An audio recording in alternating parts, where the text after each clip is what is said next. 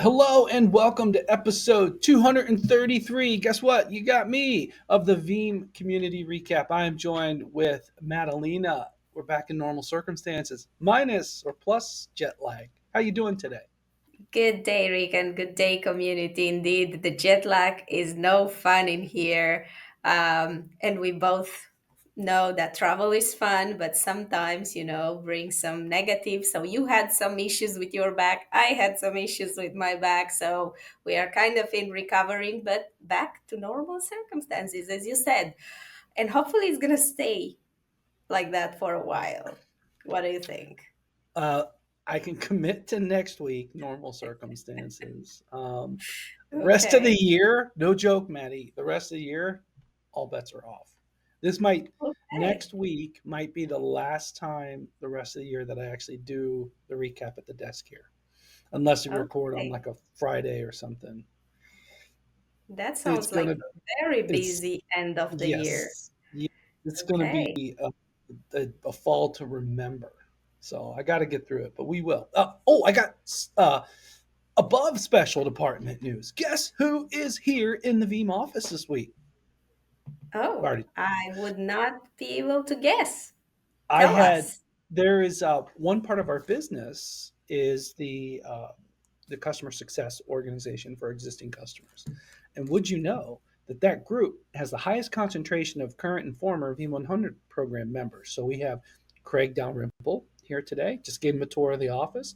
Greg Barney, um, and then some of the MVPs: Ryan, Brad Barker, Raz Van UNESCO. They're all here in Columbus this week. Wow, that's Yeah, amazing. You should say yeah. hi on Oh, my I did. I behalf. I, I gave. I Thank had you. a. Maybe I'll sneak in a picture for the post at least. Get them in the get them on the wall here and sneak that That in. would be But nice. I got to go out to the dinner with them yesterday. Sophia and I gave them a quick presentation, just update of the products and the community stuff. So yeah, but it's like really cool. And Craig's on the wall right behind me. There's a photo with Craig on it. So it's kind of a special one for him. So yeah. That's great. Good to hear that. All So, right, I'm gonna pick on stuff. Razvan. You know Razvan, he's your buddy, right? Um, Yes. did you know he's vegetarian? Maybe that's a new thing because last time I think we were together, I think he had a burger, unless that was a vegetarian burger. Guess where they So, went for dinner last night? okay. Brazilian steakhouse. Great stuff. Vegetarian's nightmare. So, anyways, that was funny. Yeah. I'm sure you Well, get that. I think Kareen would be a better host in this case. Yeah, that's possible. I'm not the host, but it was kind of funny. All right. I Yeah. just thought I'd give you that news. I'll see if I can sneak in a picture of the members. So, all right, you ready to jump into our content? Absolutely. Talking about a lot of members of the Vim 100 and community, we do have a good selection of content in here and good topics. So, yeah, let's just discuss all that. Yeah, first up is a new member, TM67, I think goes by Timo, friend of Milder. And we got one of two topics around Entra ID, and this one is with Veeam Backup and Replication implementing SAML. This is really interesting. What caught your eye? So, first of all, great to see Timo contributed to the community hub because I do know he's contributing to the R&D forums. So this is the first time we are mentioning him. So welcome to the recap. Welcome to the community hub. He's not a newbie anymore. That's for sure. I know he has this status, so he was sneaking in. Um, for a year or 2 years now. So what he's doing here, he walks us through integrating Microsoft Entra ID with Vim Backup and Replication V13 using SAML authentication for single sign-on. So basically, what he's doing is like step by step configuration in here. We're going to have a lot of the screenshots. Thank you for going through all of those, Rick. So, what you have to do first, you create an Entra ID enterprise application and then you configure VBR for SAML, upload metadata to Entra ID, and then you just complete integration. And all those screenshots are really self explanatory. But what is interesting in here, there are two comments from Stubbs and Jailbreak, one Legend and one Vanguard. And they say, if the Microsoft tenant were to be compromised, it could potentially allow access to the Veeam server. So I just wanted to ask on your opinion on that, Rick. Yeah, it's an interesting point. And I can tell you, Entra is an absolute global threat surface area. It's attacked like millions, hundreds of thousands. There's a really big number I saw. It's attacked many times a day. I think in the end, what matters most is monitoring and having the backups immutable. Mm, Because if you go back to our zero trust roots, putting these backups on something that's immutable is in the end the most important thing, because even if the control plane, the Veeam server, is taken over, those immutable backups on disk still cannot be tampered with. So I think that's a reasonable risk, especially if you have on the admin plane for M365 for Entra and the admin there, the multi-factor, all of that other stuff as well. So I think, just by the math, and then at the end of the day, those immutable backups should make you feel good enough. okay. So I Yeah. guess Stubbs and Jailbreak, they do have an answer now. Well, that's just my opinion, That's right? your opinion. I don't No, know. but Jailbreak is, and so Luciano with Jailbreak has got an interesting angle of never join it to a domain, and you could say the same about, um, the Entra. It's basically an extended domain, right? So I wouldn't say it's. I think it depends on your security footprint and the way you Mhm. handle the Entra ID, right? So, but again, I'm still at the end of the day loving my immutable backups. That's my recommendation. Mhm. Okay. Oh, well, anyway, just the people from the community, they can just let us know in the comments their opinion as well. What do they think about this topic? Because I think it's very interesting discussion in there. So looking forward to see more. People have been requesting SAML, so that's for sure. So, Good stuff. all right. Speaking of Entra ID, we're going to go sideways, different direction into Veeam Data Cloud with it. And Sir Michael Paul with his update. I love these little update series videos that you do, Michael. But here's an absolute banger from Michael Paul. Yeah, the thing is, like, we haven't seen Michael Paul. I'm sure he's busy with the kids, Yeah. three now. So I'm sure he's very busy, but thank you for contributing in here and taking the time to do this video, keeping consistent. I know it was summer and all that, but great to see that you put together at Cloud City some of the VDC updates, in the past few months. So he is discussing the recent enhancements in Veeam support for Entra ID, as you were saying. That includes identity protection features, and then he discusses integration updates that improve backup and recovery for Entra ID objects like the users, the groups, the app registrations. And he also discussing the user experience improvements in onboarding and policy configuration. Then he goes over security and compliance benefits of using VDC for identity data.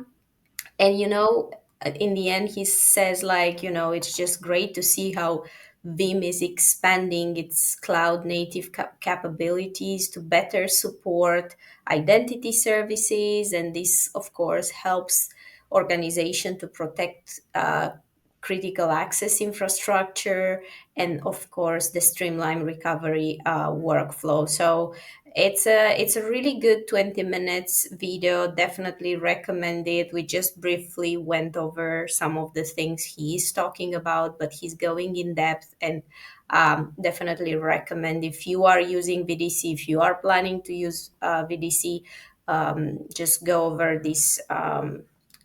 It's just a short one, basically 20 minutes video.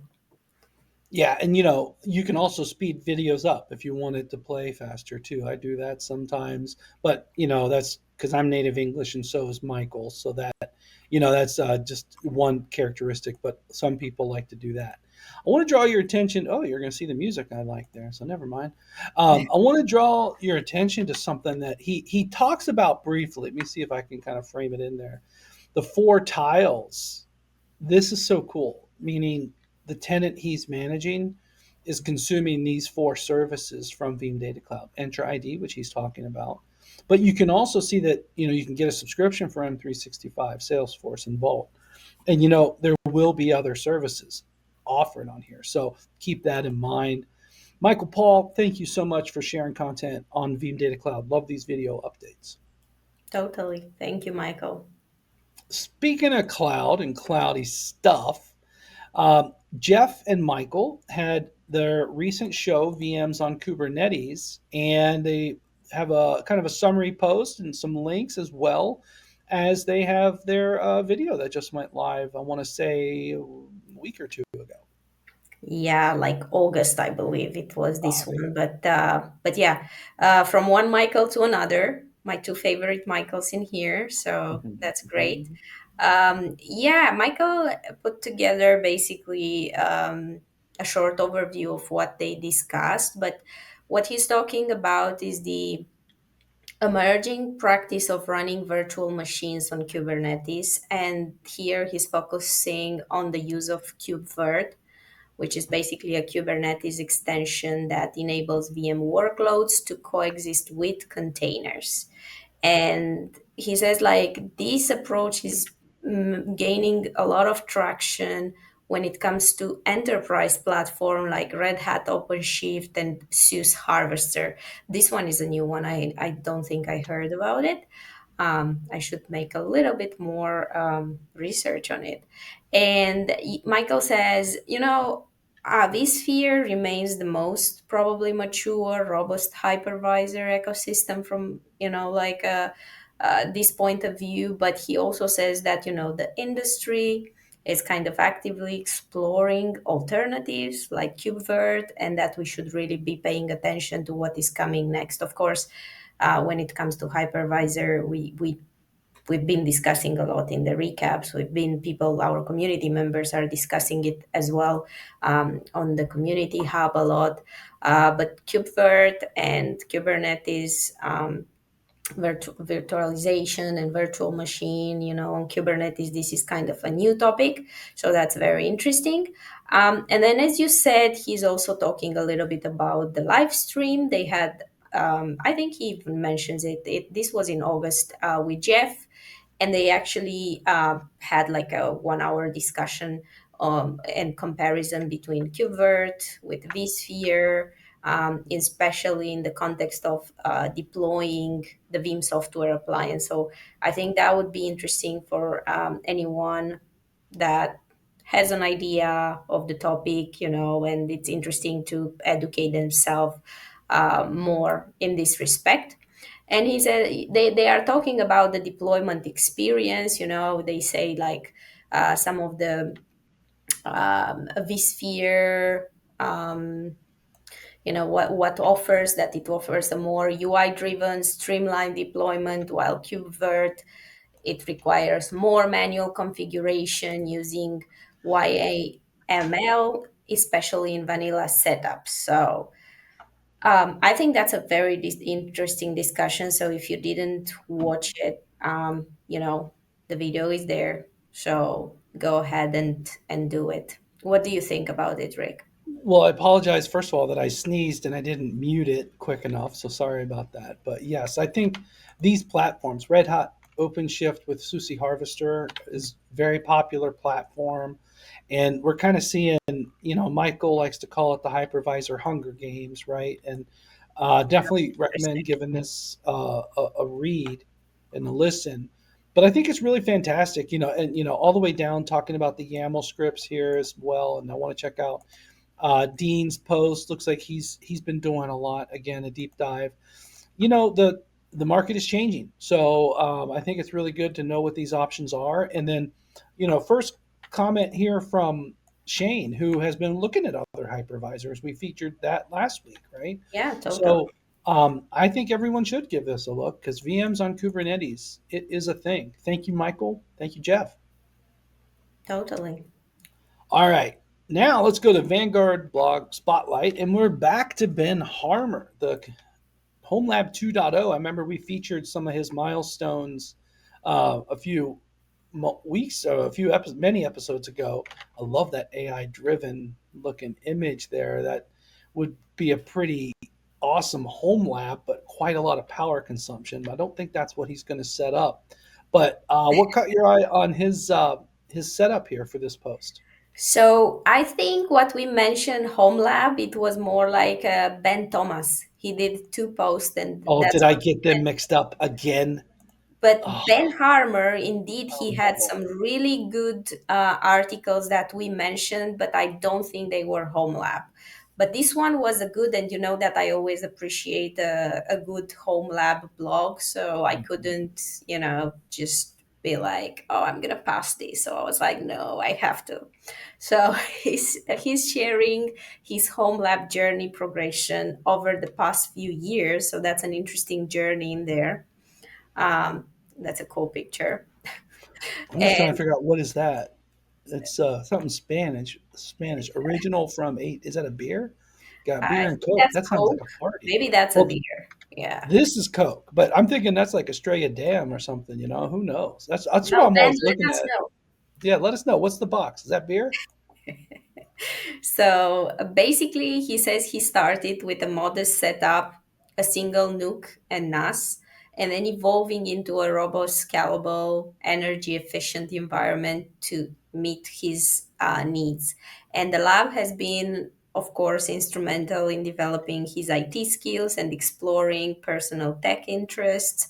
And we kind of, every time we are kind of discussing a home lab, we always hear that from our community members. And then you can find a table with the hardware evolution. And yeah, probably you can just scroll it after you finish with the pictures and just show that table with the hardware evolution. And then, as I mentioned, Ben Thomas' story on how difficult it is in New Zealand to get hardware. So it seems like Ben Harmer had a similar situation, but over time he kind of managed to get the parts that he wanted. So it looked like in New Zealand it's a struggle finding good parts. Sometimes you just get it secondhand. Sometimes to just get it from the US or Europe, it's just a little bit expensive. But it seems like Ben Harmer is confirming that as well. So then he goes over the compute, the networking, the power, and this is something to consider and interesting. He says, like, with an average 4 kilobytes draw per day, running cost work out at just over $30 per month. So I think that's a pretty good price for it. And I like what he says at the end, and I agree on that. The home lab is never truly complete, and in many ways becomes, like the mirror of your journey through IT. Always adapting, improving, never standing still. So really, really nice thought to end this with. But yeah, if you are interested, there are so many good blogs on home labs on the community hub. We also mentioned few from our vanguards on the VBS. So if you're interested in building a home lab, I think there are many good ideas and recommendations, suggestions. So just go over it, just put home lab in the community hub. I'm sure you're going to find some good suggestions in there. So thank you, Ben, for putting that together for us. Yes, thank you, Ben. And I need to just get it right. There was a time we had three Veeam 100 members named Ben from New Zealand. I got to True. like commit this picture as Ben Harmer, not Ben Thomas, and not Ben Young. So I apologize for the mix up there. All right, we got four tabs of special department news. We're going to start with the Veeam user group UK in London area coming up next week on the 30th. Yes, that's going to be a very good one. It's going to be the first in-person event in very, very long time, and in this format with Mark and Ian as members. You were mentioning Craig. He's in Ohio. He used to be one of the UK leaders, so now it's a little bit changed. So in this format is actually their first in-person event. So I'm very excited for them. I was supposed to go as well, but then I considered the jet lag and I said, guys, next one. But they do have a great agenda and they're going to have Michael K there. I'm not sure if Michael Paul is going to be there. I do know Fabian is going to be there. Mhm. Um, yeah, Michael Cade, he's talking about Hunger Games, the topic that we just discussed. And then Scality is going to sponsor the event. Thank you, Scality, um, for helping us with that. And then Progress as well. He's a sponsor. And I do know Fabian is going to be there. I don't know, maybe he's going to do the community session. He might just not convinced, but he told me that he's going to be there next week. So it's gonna be pretty central. I think it's gonna be at Scality office, if I'm not mistaken. Oh, HPE, HP. Okay, which does a HP. lot with Scality. Okay, so we have HP as well as a sponsor, basically. Thank you, HP.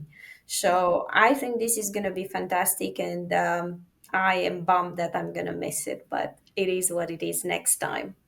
I will say it's really close to the bank Hmm. metro as well as Moorgate.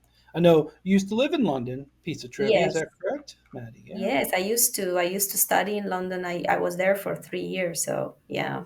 Fun, beautiful city. Good stuff. Thank you, user group team. Thank you, Progress. Thank you, Scality and HPE for hosting. Yeah, All right, looking forward for pictures and stories and all of that. Mark, Ian, just put it all together in the VUG UK. indeed. All right, next up, New York. I think Stephen New has something to do with this one.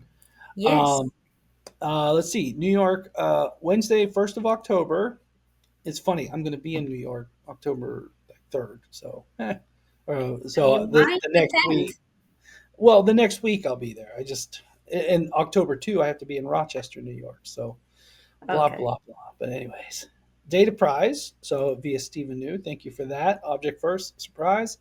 Jack Dempsey's New York, Manhattan. That's going to be good. If there's food, that sounds great. What do we have going on here? Looks like we have some V13 stuff. Yes, absolutely. I think we had about 15 people that register or so far. So there is still time. If you are in New York area, I think this is going to be fantastic event. Stephen is a great host. This is the first one that he's organizing, but we know Stephen and he's a very lively person. So I think it's going to be a good one. He's also like a knowledgeable person. So I think you can just ask a lot of questions on V13. I saw some articles on beta V13 on his side, so he probably has the good information. So you should definitely attend this one. What else is there? Performance enhancement. So it's going to be around V13, this one Hmm. for sure. Yeah, There's going to be a this one live too. demo. Okay. Migration. Yeah, Yeah. lots of stuff. Yeah. I think, and And thank you, yeah, Object First, of course, as well. always. And Data Price, which is where Steven works. And fun fact, he has to spend like 1 week a month, Steven does, in New York, which is how he led to this offer to be the user group leader because he lives in Texas, but he has to do these very frequent DR tests. He's there very often. So thank you, Steven, for sneaking in a user group.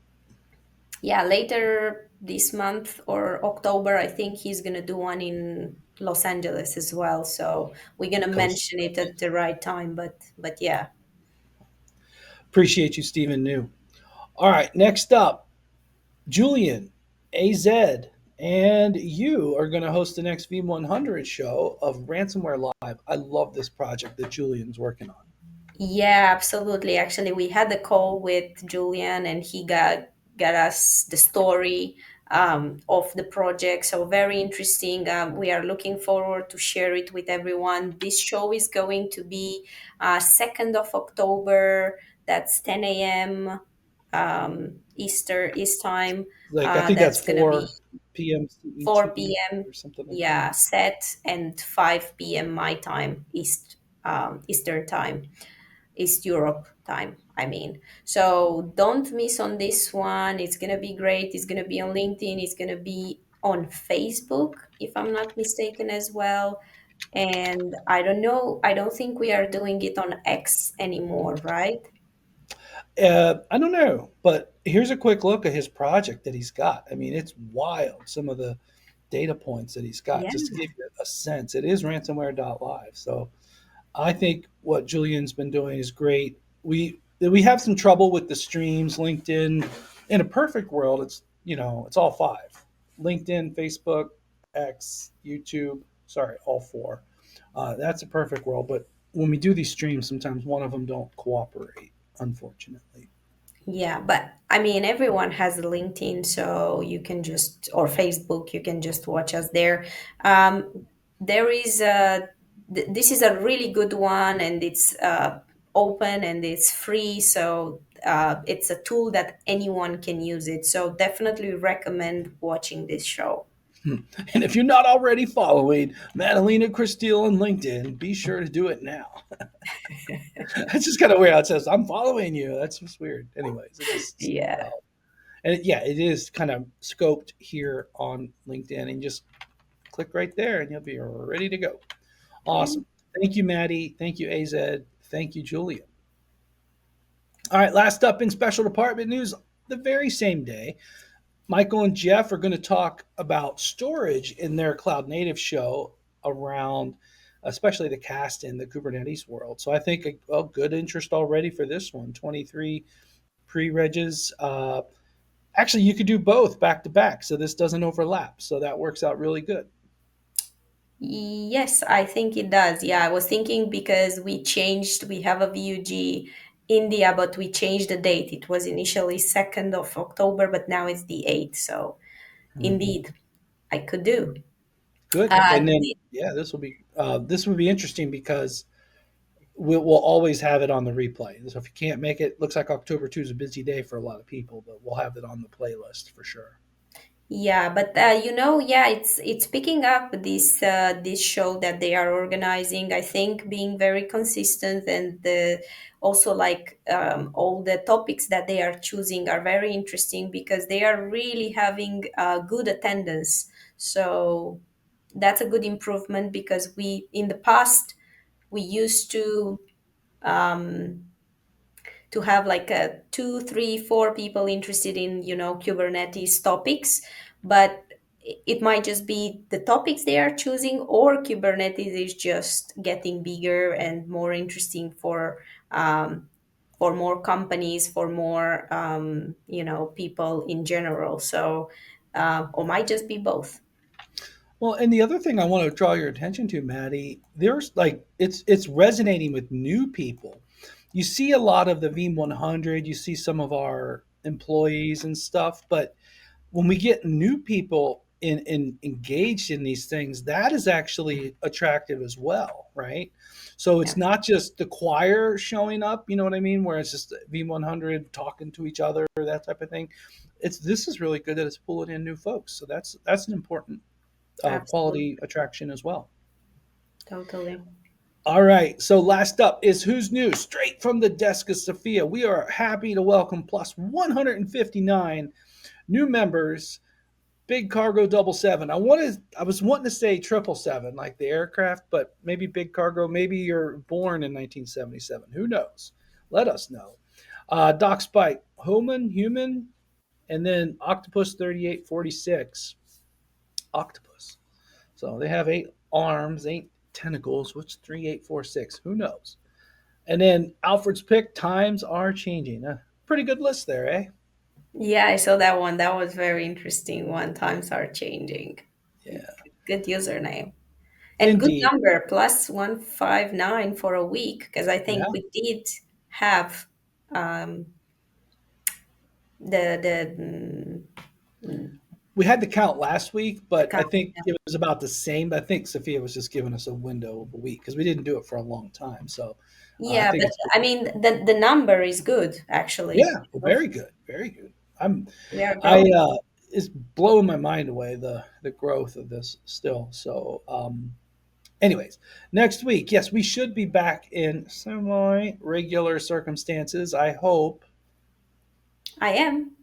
you are. Just I'm the crazy one. Maddie, thank you so much for curating the content for us this week. Absolutely, as always. All right, everyone, have a good rest of your week and weekend, and we will see you next week on 234.